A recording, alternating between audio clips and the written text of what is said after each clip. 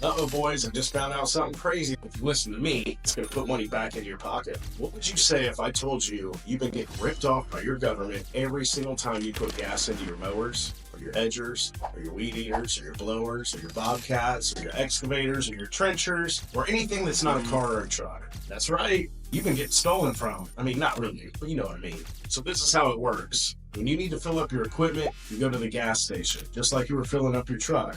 Most states charge you tax on gas when you're at the pump, and this tax goes to fund highways and fund bridges and fund roads and any other infrastructure that we use as a society. Well, you shouldn't have to pay tax on that stuff when you're just merely putting gas into a lawnmower or a chainsaw. Since this equipment never touches the road, then technically it shouldn't be subject to those taxes. Well, here's the cool thing. There's a thing called a motor fuel tax refund. If you have a good accountant, or if you're like me and you use EchoScape Financial Advisors, they'll be able to help you navigate through this process and get your money back.